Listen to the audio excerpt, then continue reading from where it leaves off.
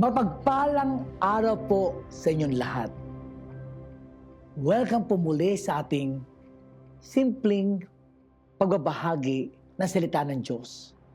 Ngayon po ay February 16, 2025, the 6th Sunday in Ordinary Time. Sa Gospel, si Jesus, nasa baba siya, tapos kasama yung mga alagad at yung mga tao ay nasa taas.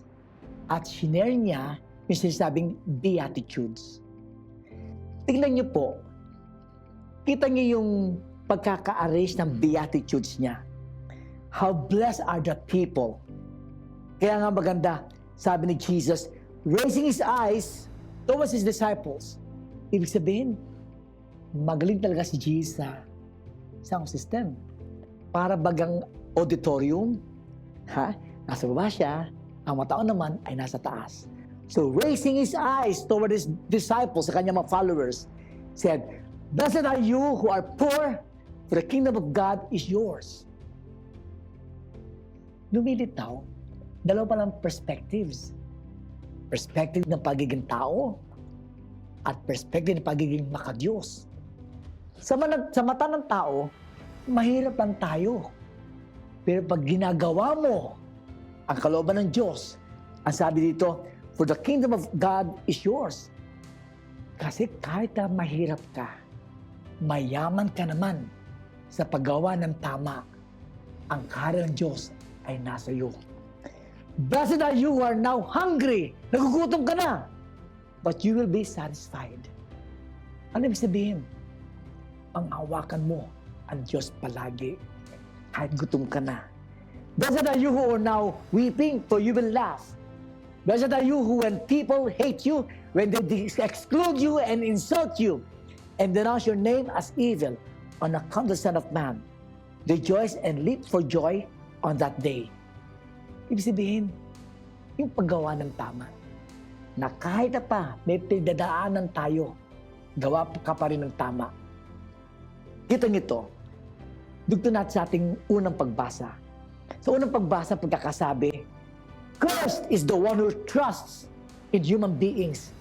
Sabihin, walang katuturan ang iyong tiwala sa kapwa-tao. Cursed is the one who trusts in human beings, but blessed is the one who trusts in the Lord. Yung sinasabi sa ating Beatitudes, pagtiwalaan ang Diyos. Example, pag ikaw'y halimbawa parang ikaw'y down na down, tapos pero ang Diyos ay kapili mo, itataas ka niya. Example, hindi ko po makalimutan, October 2022, yung kotse ko po, binangga po ako sa taxi. Nangyari to sa Makati. At magkakamangga sa akin sa kaliwa. Ang laki ng UP ng kotse ko. Tapos, pagbaba ko, baba rin yung taxi driver, sabi sa akin taxi driver, "Sir, kayo may kasalanan." Ano? Aaminin ko sa inyo, kapatid na-turn off ako. Kahit sino makakita na nangyari, ikaw may kasalanan kasi ikaw bumangga sa akin eh. Sabi ko sa kanya. Maya-maya, kumambyo siya. Sabi niya, "Sir, mabagal lang ako." Ano? Tignan mo nga yung bumper mo bumagsak, ito UP ng kotse ko. Ito na, kaunting usapan pa. Sabi ko, sige nga, pinapatawad na kita. Doon pala siya nag-sorry. "Sorry, sir. Nauna ako magpatawad bago siya nag-sorry." Ito na. Pagkatapos no, sige, okay na ako.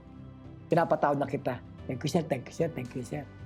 On my way home sa Catherine Trail, dati sa Lord ko ng bahala sa ginawa ko. Maniwala ka sa hindi, kapatid. After a day, the following day, somebody sent me 20,000 pesos sa aking GCash. Pinagawa ko yung kotse, 6,000 lang.